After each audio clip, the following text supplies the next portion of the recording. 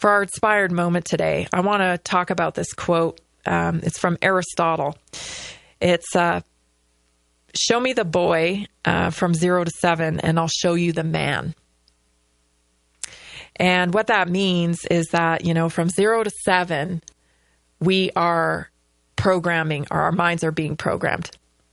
We're not reading books, teaching ourselves how to be human. We're learning from our environment. And you don't really have any control over that as a child. This is the environment, and you're taking everything in, and you're being programmed on how to be human because you're watching everybody around you. And so we have to think about that, how we were programmed, and we have to stop being so hard on ourselves, because we will never rise above our perceptions of ourselves. So however it is that we perceive ourselves, which, by the way, is completely different from the way other people perceive us, we're never going to be able to achieve more or be more or do the things we want to do if we can't reframe our perception of ourselves. And that flows right into unconscious behaviors, right? The unconscious behaviors are the neural pathways that have been built from 0 to 7. And those behaviors reflect your perception of yourself. I can think back to many times, where I was unsure about taking on specific roles, or I don't know, I questioned my own capability. Can I do that? I don't know. That's a result of my own perception of myself. And we all have that. So the question is, how is my perception of myself impacting my results? When we can figure that out, we can begin to come out of the box that we have built for ourselves, and change our perception of ourselves.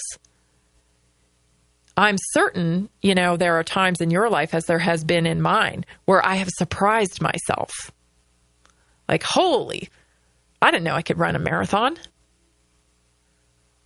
I didn't know I could do that. I hated running when I was young. I hated it. I am no runner. I figure skated, but I never ran. I played softball. I never ran. I ran to the bases, but I never saw that for myself. It wasn't until I dedicated myself to training as a runner and then training for a marathon that I completed running a marathon. But the perception of myself had to change first. I never thought of myself as a runner. That was my perception. So what was it that changed my perception of myself? If I'm looking back, I would say that it was the fact that I was in a different environment. I put myself in a different environment, and I wanted to be fit and healthy more than I didn't want to run. It was my desire to be fit and healthy that pushed me to become a runner. I thought, I'll try it. But I had to change that perception of myself to be able to get myself to do that. And so we have to do a little thinking on this. It takes a little analysis, a little self-audit. I would say, have a conversation with someone you love, someone you trust, to try to figure out what perceptions you have of yourself that may be holding you back. I hear so often from clients and people that, they've accepted a lifestyle, a job, a role in life that they don't like. And it makes them very unhappy, on a daily basis, but they continue to do it. And I'd have to say the reason that they continue to do it is because they have a certain perception of themselves that is all they can do. Why else would you go to do something every day that you hate? Because you believe that nothing else is possible for you. And this programming has taken place from 0 to 7 mostly, and you had no dang control over it. But now you do. Now you do have control over it. You're a grown adult, and you can start today. Make a list of things that you know you're good at. They may be little things. You know, I could say right off the top of my head, I know I'm a good cook. That may sound braggadocious. I get told it every day. I get told it every day. My family loves my cooking. I know I'm a good cook. So you could start with that. And what you'll be amazed by once you start giving yourself some credit for the things that you're good at, how many more things will come up.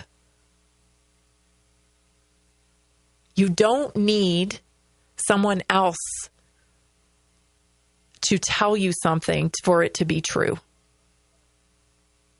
You don't need someone. It's nice. And trust me, hang around me long enough. I look for things people are good at. I'll tell you what you're good at. It's actually that's my talent. I can see things in people when they're good at it, and I don't have a problem telling them they're good at it. I wish more people would be comfortable doing that,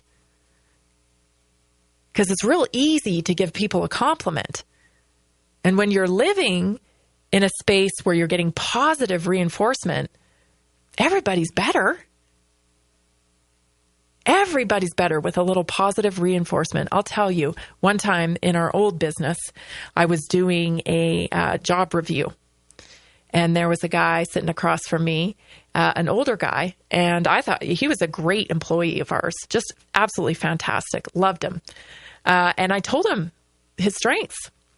I said, this is what you're good at. You're so good at this. You're so good at that. We really appreciate you doing this. And I had my head down, and I happened to look up, and when I looked up, he had tears streaming down his cheeks. I don't think that guy had been told what he was good at his whole life. That's very possible for some people. We have to change that. If we want a better country, which we do, we want a better country to live in. We want better experiences for our kids. So this is part of it. Look for people's strengths and stop focusing on their weaknesses. We're going to go into the pet segment with Dr. John. We're going to have some fun, and I'm sure he's going to teach me something as he does every single week. So stay tuned. You're listening to Naturally Inspired Radio. You have